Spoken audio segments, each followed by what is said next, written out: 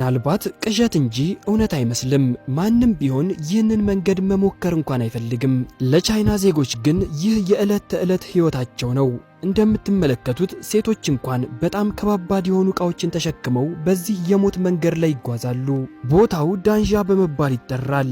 በስፍራው በርካታ ተራሮች ሲኖሩ በተራሮቹ ላይም የተወሰኑ የቻይና ዜጎች ይኖራሉ።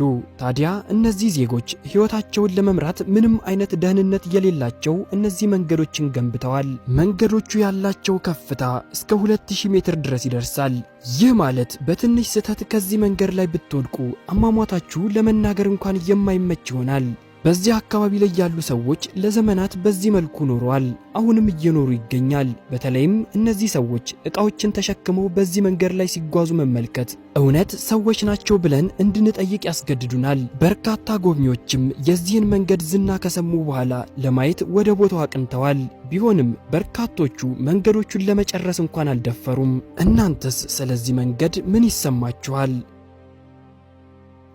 አራተኛ ማውንት ሁሻን ቀጥ ብሎ በቆመ ተራራ ላይ የተገነባው ልብ አንጠልጣይ መንገድ።